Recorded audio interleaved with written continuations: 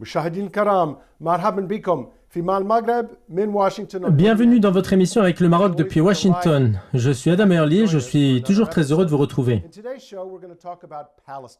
Aujourd'hui, nous discutons de la question palestinienne, de la politique américaine à son égard et de l'avenir des relations israélo-palestiniennes. L'administration Biden a adopté une approche totalement différente de celle de l'ancien président américain Donald Trump vis-à-vis du conflit israélo-palestinien. Ce dernier pensait que les dirigeants palestiniens étaient un obstacle à la paix, ainsi il a fermé le consulat général américain à Jérusalem et le bureau de l'Organisation de libération de la Palestine à Washington.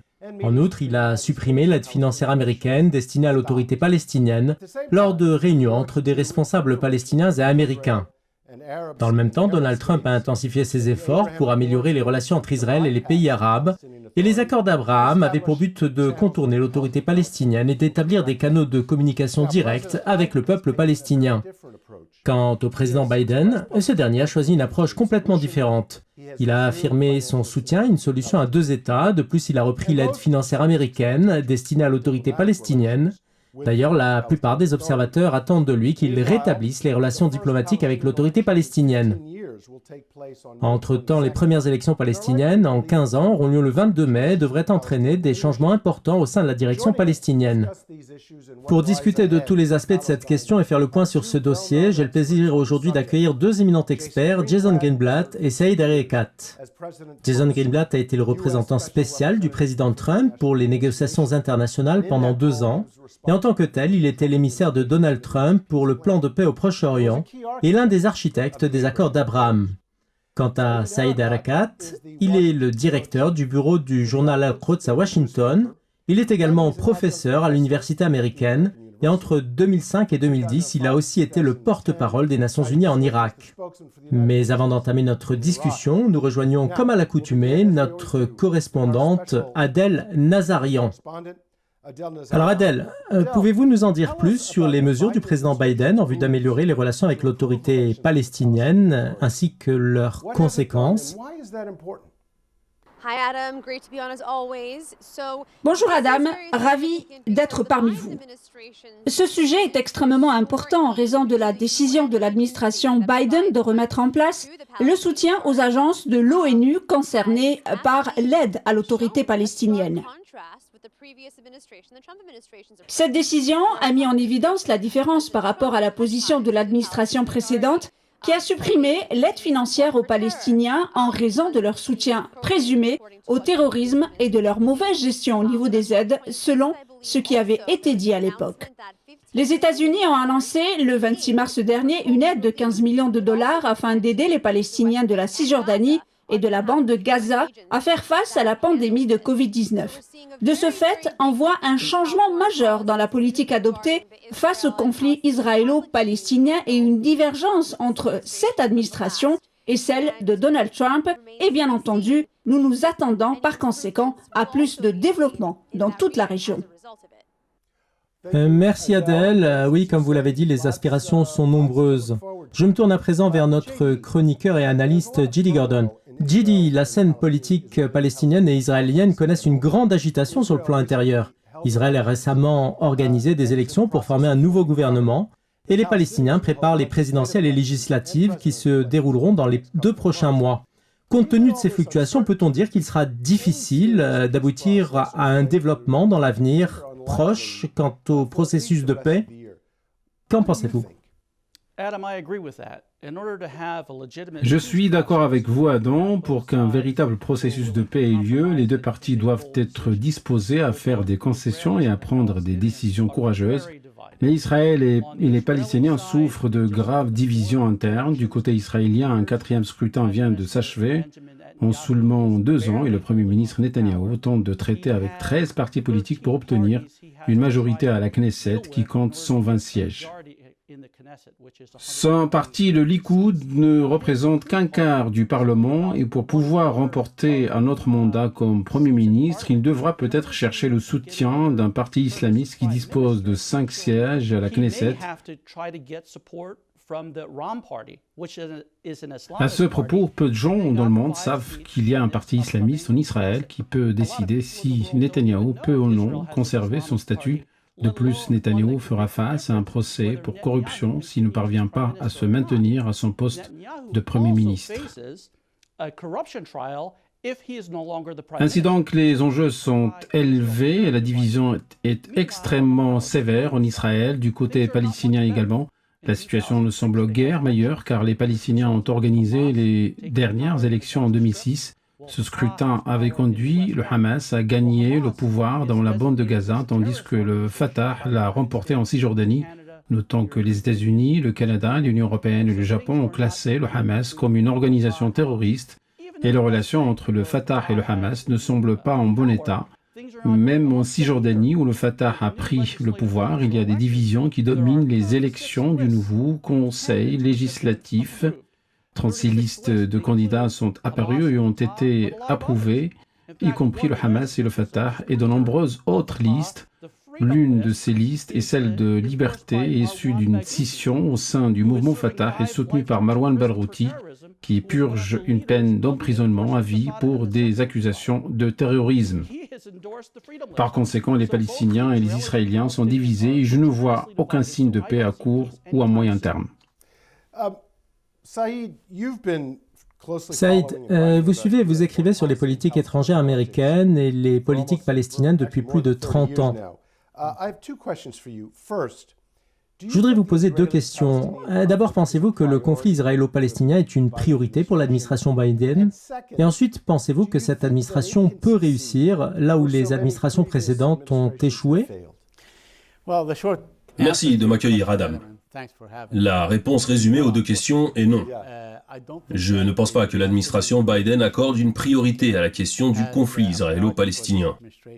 Cette administration n'a jamais prétendu que cette priorité existe, même si la question est importante car il y a d'autres questions quant à la politique étrangère américaine qui retiennent une grande part de l'attention de l'administration Biden, comme c'est le cas de l'accord sur le nucléaire iranien.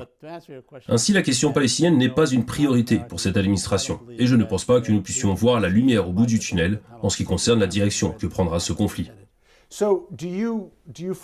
Vous attendez-vous à ce que l'administration Biden nomme un envoyé spécial pour le processus de paix ou bien qu'elle augmente le niveau de son intérêt diplomatique envers cette question? Il n'y a aucun indice sur l'intention de l'administration Biden de le faire, même si cette question a été soulevée à plusieurs reprises. Nous pensions au début du mandat de cette administration que c'était la question traditionnelle de le confier à un envoyé spécial. Mais jusqu'à présent, il semble que Hadi Amr soit en charge de ce dossier. Et il n'y a aucune preuve de l'intention de l'administration de nommer un envoyé spécial, qu'il s'agisse ou non d'une question vitale à l'heure actuelle. Let's turn to Jason and talk a little bit about the upcoming elections. Nous nous tournons à présent vers Jason. Parlons des prochaines élections, Jason. Nous savons qu'il y a des divisions, tant du côté des Palestiniens que des Israéliens. Et nous connaissons également la position de cette administration quant à cette question.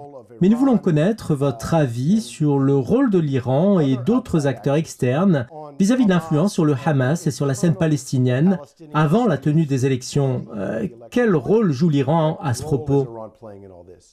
Well, Adam, these are very, very important questions. Let's target Iran first. I don't know if you have aired. Ce sont des questions très très importantes. Commençons d'abord par l'Iran.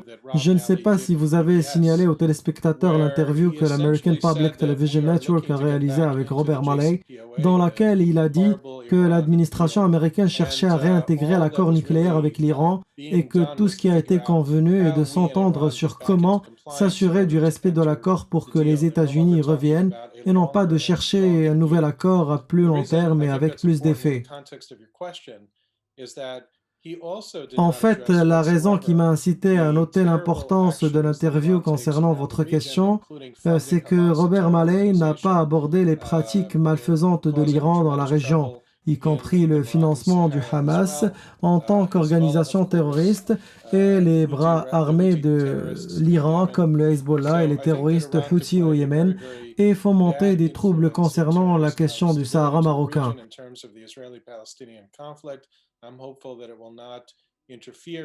Par conséquent, je pense que l'Iran peut exercer une très mauvaise influence sur la stabilité dans la région en ce qui concerne le conflit israélo-palestinien et j'espère que l'Iran n'interférera pas dans les accords de normalisation arabo-israéliens qui ont été signés jusqu'à présent. En ce qui concerne les conflits internes palestiniens, il s'agit d'une question fondamentale, non seulement pour savoir si la paix peut être établie entre Israël et les Palestiniens, mais aussi pour savoir si les Palestiniens peuvent avancer positivement en ce qui concerne leur peuple et leur économie, qu'on parvienne ou non à un accord de paix avec Israël.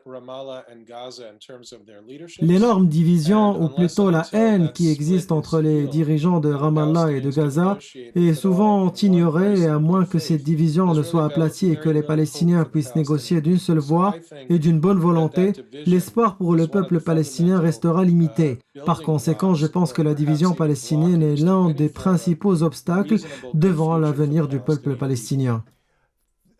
Saïd, we've got about a minute left in this segment. Saïd, permettez-moi de vous poser une question. J'attendrai votre réponse juste après une courte pause. Comme l'a dit Gidi, les dernières élections ont eu lieu en 2006. Le Hamas avait alors largement remporté ces élections et de nombreux observateurs craignent que cela se reproduise lors des prochaines élections en mai. De plus, et comme on l'entend dire, le Hamas est toujours uni, alors que le Fatah est divisé comme jamais il ne l'a été.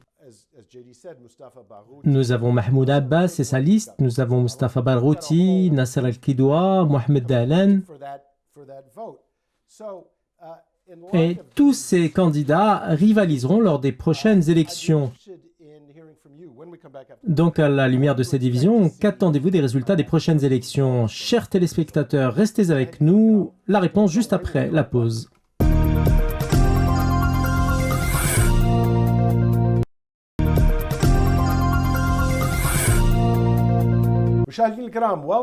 Nous voilà de retour pour la suite de votre émission avec le Maroc depuis Washington. Notre sujet d'aujourd'hui se rapporte au futur de l'État palestinien, à ce que réserve l'avenir aux Palestiniens, aux Israéliens et à leurs amis dans la région à l'aune de la nouvelle politique américaine.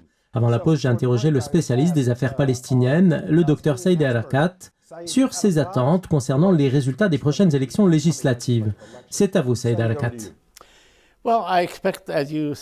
Eh bien, comme vous venez de le dire, si les élections palestiniennes se déroulent dans un climat de transparence, de liberté et d'équité, je m'attends que le Hamas remporte les élections. Pour la simple raison que le Fatah n'est pas seulement divisé, mais totalement détruit. Et ce mouvement a perdu les élections en 2006. Alors qu'est-ce qui le ferait gagner cette fois-ci? Je ne vois pas. En fait, le Hamas, aux yeux des Palestiniens, combat Israël, en plus de faire plein d'autres choses à côté. Il existe une division entre les factions comme Marwan Barghouti, qui était le chef de la première et de la deuxième intifada, et Nasser el-Kidwa, qui était un proche de Yasser Arafat, étant donné que c'était son neveu. Mais il ne bénéficie pas d'un grand soutien populaire. Il est en revanche soutenu par la bureaucratie palestinienne. C'est pourquoi je pense que si les élections palestiniennes se déroulaient de manière totalement libre et transparente, il n'y aura pas de changement dans la situation d'ici le mois de mai. Et le Hamas gagnera certainement ces élections. En fait, ce sont des prévisions inquiétantes, mais elles semblent tout à fait plausibles. Je me tourne à présent vers Jason. Alors, à l'heure où les États-Unis essaient de soutenir une sorte de réconciliation entre Israéliens et Palestiniens, la situation nécessite-t-elle une intervention d'alliés comme le Maroc? Et que pensez-vous que le Royaume puisse faire pour aider? Je pense que le Maroc est un allié majeur et un ami des États-Unis et j'espère que l'administration Biden restera proche du Royaume car le Maroc est un allié principal des États-Unis. Permettez-moi de reformuler votre question un peu différemment en ce qui concerne le conflit israélo-palestinien. En effet, je crois que le Maroc et tous les pays arabes qui ont signé des accords de normalisation avec Israël peuvent jouer un rôle important dans le conflit israélo-palestinien pour les deux parties de ce conflit. En ce qui concerne Israël, le Maroc est un pays très bien aimé dans ce pays, malgré l'absence de relations officielles jusqu'à la signature des accords d'Abraham. En fait, un grand nombre de Juifs israéliens ont des racines familiales au Maroc et ils sont énormément heureux de l'accord de normalisation. De plus, je crois que les relations plus profondes, qui je l'espère seront établies entre le Maroc et Israël et leur peuple, renforceront la capacité d'Israël à comprendre et à réaliser les nombreux avantages que la paix peut offrir, tels que ceux résultant des relations entre Israël et les Émirats arabes unis, ce qui j'espère se produira bientôt entre Israël et le Bahreïn et d'autres pays. En ce qui concerne la partie palestinienne, le Maroc et d'autres pays peuvent jouer un rôle important en clarifiant le fait que le Maroc et chacun de ces autres pays ont aussi des intérêts nationaux qui doivent être protégés et des objectifs à atteindre. Ceci ne signifie pas nécessairement l'abandon de la cause palestinienne, mais plutôt soutenir les Palestiniens par tous les moyens possibles sans pour autant leur permettre de dicter la politique étrangère de ces pays. Et ici, j'entends la politique étrangère du Maroc et des autres pays arabes.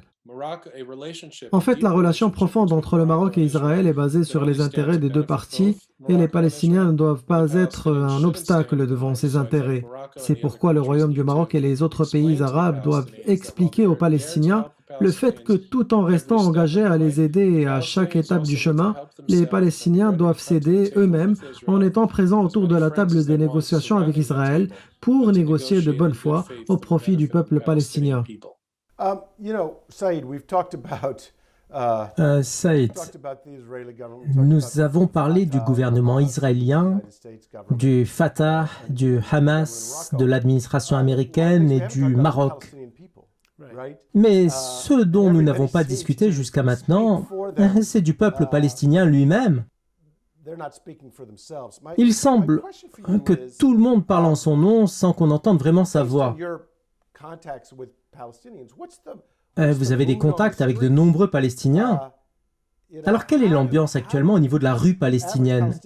Les gens ont-ils le sentiment que leur voix créera une différence?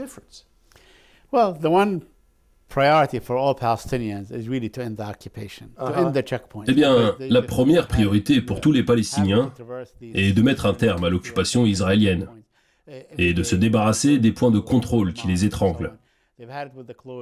Chaque jour, les Palestiniens doivent s'arrêter à 650 à 700 points de contrôle pour se rendre vers les écoles ou les mosquées. Les Palestiniens en ont assez de ces bouclages et des raids nocturnes. Ils sont également confrontés à la crise sanitaire due à la pandémie du coronavirus, qui est devenue une question effrayante, avec l'indisponibilité des vaccins et la multitude des déclarations sans programme de mise en œuvre. De plus, l'économie palestinienne est en très mauvais état et souffre d'un chômage élevé. Toutes ces questions constituent des priorités pour les Palestiniens, qui estiment que si l'occupation israélienne prend fin demain, tous ces problèmes seront résolus. Alors, bien sûr, nous voyons que ce n'est pas si simple. Donc, pour répondre à votre question, la priorité du peuple palestinien est de mettre fin au cauchemar de l'occupation israélienne qui a duré trop longtemps. Alors, les Palestiniens ont-ils le sentiment que le Hamas peut résoudre ces problèmes? Le Hamas qui est également corrompu et entouré d'une grande barrière de sécurité. Oui, vous avez raison. Les Palestiniens ne voient pas le Hamas comme un sauveur potentiel du peuple palestinien vers un État idéal. Mais pour la plupart des Palestiniens, même pour ceux vivant en Cisjordanie,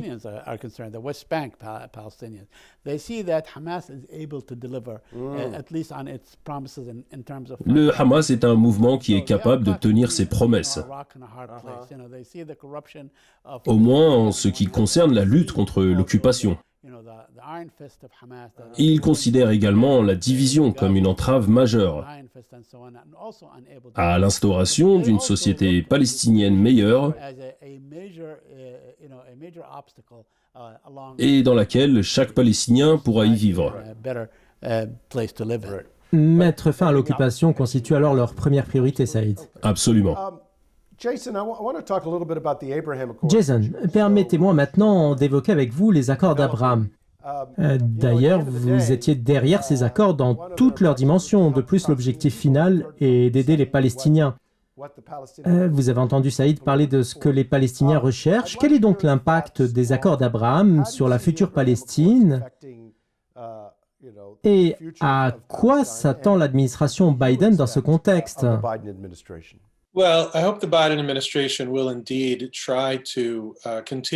J'espère que l'administration Biden tentera de continuer sur la voie que le président Trump a tracée en ce qui concerne la normalisation entre Israël et ses voisins arabes. Mais il est difficile d'en juger pour deux raisons. En fait, j'ai suivi les déclarations du porte-parole du département d'État américain de l'administration Biden, et lorsque les journalistes l'ont pressé pour répondre à la question, il n'a pas parlé des accords d'Abraham, mais plutôt d'accords de normalisation. Ce qui veut dire qu'il trouve difficile de parler des accords d'Abraham, car l'administration actuelle ne voulait sans doute pas reconnaître que Trump a lancé ce processus. Bien que je ne pense pas que l'administration Biden rejette cette idée, mais elle soutiendra la normalisation.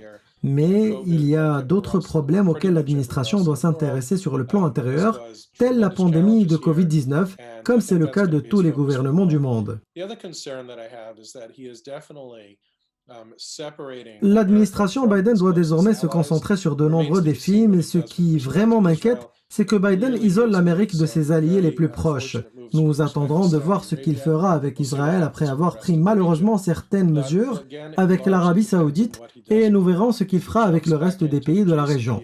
Mais cela dépend beaucoup de ce qu'il fera avec l'Iran, s'il revient à nouveau à l'accord nucléaire sans en faire un véritable accord qui protège les intérêts nationaux américains et protège nos alliés et nos amis, non seulement le Maroc, mais nos alliés et nos amis au Moyen-Orient.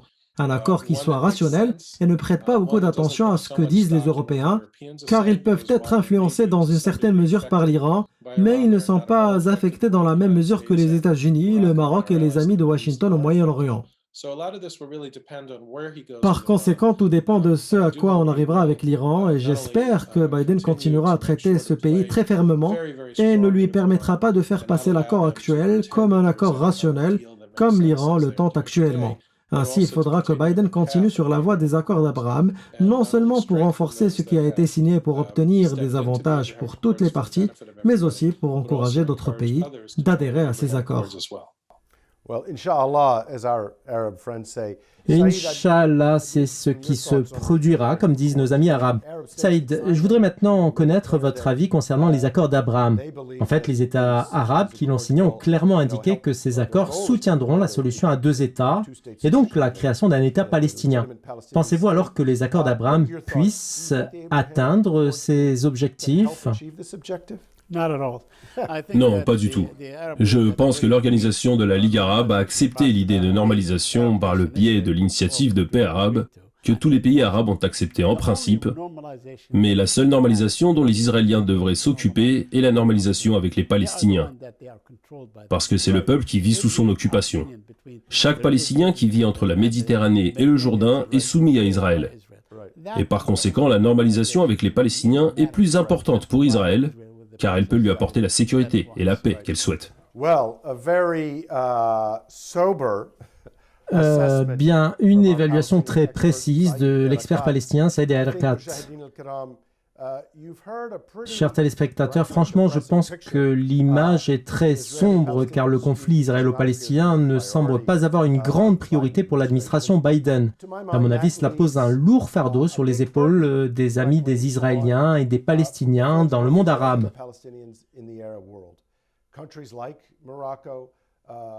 Des pays comme le Maroc et d'autres pays qui ont une influence sur les deux parties et qui se préoccupent véritablement du sort des Palestiniens et dont le statut les permet d'utiliser leur potentialité diplomatique pour placer cette question au sommet des priorités des États-Unis et des Israéliens. Nous sommes arrivés à l'issue de cette émission. Je tiens à me remercier mes deux invités, Saïd El-Arikat et Jason Greenblatt. Je remercie également J.D. Gordon et Adel Nazarian. Merci à vous tous pour votre attention. Et je vous dis à la semaine prochaine.